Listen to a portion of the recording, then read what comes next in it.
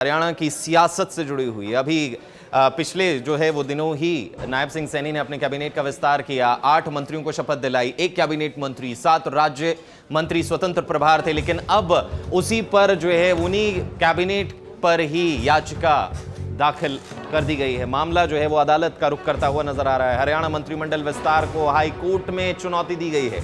वकील जगमोहन भट्टी ने जो है अपनी ये पीआईएल जो है वो दाखिल की है और आरोप लगाया है कि आचार संहिता लागू होने के बाद मंत्रिमंडल का विस्तार किया गया। मंत्रिमंडल में 15% से ज्यादा मंत्री बनाए गए हैं, ये भी जो है वो पीआईएल में कहा गया है। भट्टी का आरोप है कि सीएम नायब सिंह सैनी की नियुक्ति भी अवैध है, क्योंकि लगातार जब नायब सिंह सैनी सीएम बनाए गए उस वक्त भी जो है वो अदालत में ये मुद्दा पहुंचा।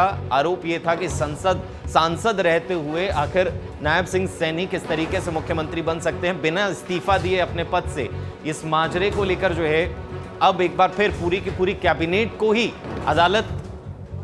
कैबिनेट के मुद्दे को ही जो है वो अदालत में पहुंचा दिया गया।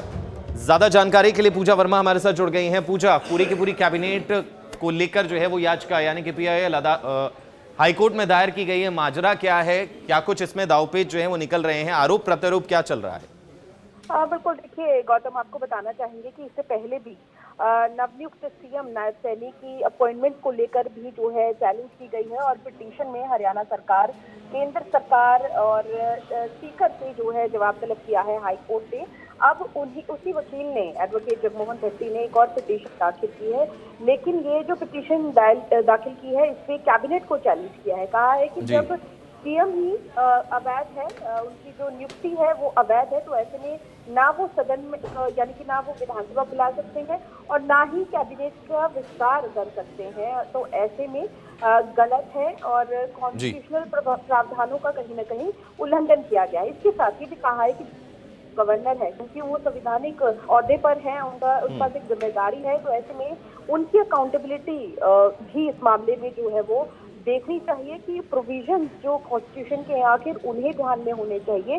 तो और इसके अलावा ये भी कहा गया है कानून के मुताबिक जितने विधानसभा के सत्ता पक्ष के जो एमएलए होते हैं उसके 15% ही जो है वो मंत्री बन सकते हैं। तो ऐसे में उस सीमा को भी एक्सीड किया गया है। एक मंत्री जो है वो एक्स्ट्रा बनाया गया है सीएम के साथ रहते हुए, तो कहीं ना कहीं ये भी गलत है। तो सभी चीजों को एक साथ क्लब करके पिटीशन फाइल की गई है, पीआईएल फाइल की गई है, जिस पर जल्द ही सुनवाई होगी। जी शुक्रिया पूजा तमाम जानकारी के लिए। तो ये माजरा पूरा का पूरा जो है वो उठाया गया है अदालत की तरफ। यहाँ साथ के साथ जो है वो गवर्नर पर भी सवाल जो है वो उनके कार्यशैली पर सवाल खड़े कर दिए गए हैं कि वो इतने अहम पद पर बैठे हैं तो आखिर उन्होंने इस तरीके से कैबिनेट विस्तार की इजाजत कैसे दे दी। इस मुद्दे को लेकर भी जो है वो उठाया गया है। शुक्रवार को कहा जा रहा है कि सुनवाई होनी है।